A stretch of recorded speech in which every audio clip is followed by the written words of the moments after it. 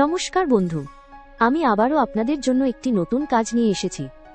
জেলা স্বাস্থ্য ও পরিবার কল্যাণ সমিতি বাঁকুড়া বিভিন্ন পদে নিয়োগ। জেলা স্বাস্থ্য ও পরিবার কল্যাণ সমিতি বাঁকুড়া ন্যাশনাল হেলথ মিশনের অধীনে বিভিন্ন পদে কর্মী নিয়োগ করছে।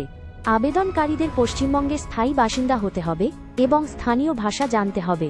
পদ অনুযায়ী শিক্ষাগত যোগ্যতা ভিন্ন ভিন্ন, যেমন সোশ্যাল সায়েন্সে স্নাতক, নার্সিং ডিগ্রি, মনোবিজ্ঞানে স্নাতক, ফার্মাসিস্ট বা MBBS ডিগ্রি।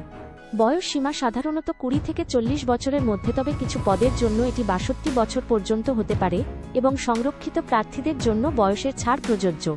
আবেদন প্রক্রিয়া সম্পূর্ণ অনলাইন এবং আবেদন ফি 100 টাকা সাধারণ প্রার্থীদের জন্য এবং 50 টাকা সংরক্ষিত প্রার্থীদের জন্য।